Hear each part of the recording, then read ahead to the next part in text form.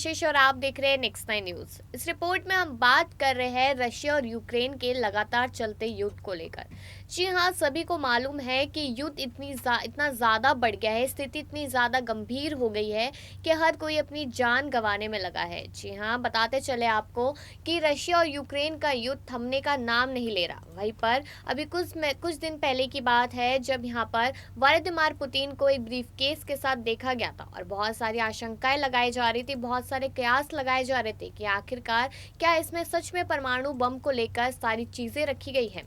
तो चलिए आपको इस रिपोर्ट में बताते हैं कि आखिरकार इस ब्रीफकेस के पीछे का राज क्या है और यहाँ पर व्लादिमीर पुतिन किस तरीके से उनका पर्दाफाश हो गया है। तो चलिए जानते हैं इस रिपोर्ट में।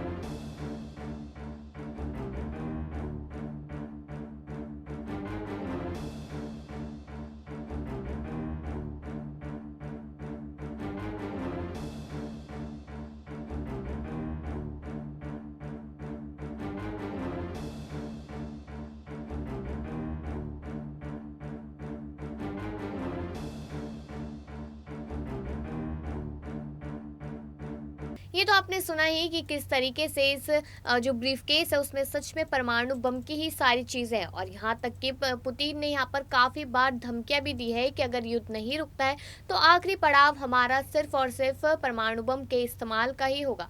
लेकिन वहीं पर जो जेलेंस्की है यानी कि यूक्रेन के राष्ट्रपति, वो भी रुकने का नाम नहीं ले रहे, जबकि मालूम है कि यूक्रेन की हालत लगातार बद से बदतर होती जा रही है और कितने लोग अपनी जान गंवा चुके हैं। लेकिन फिर भी दोनों ही देश एक दूसरे के सामने झुकने को तैयार नहीं है।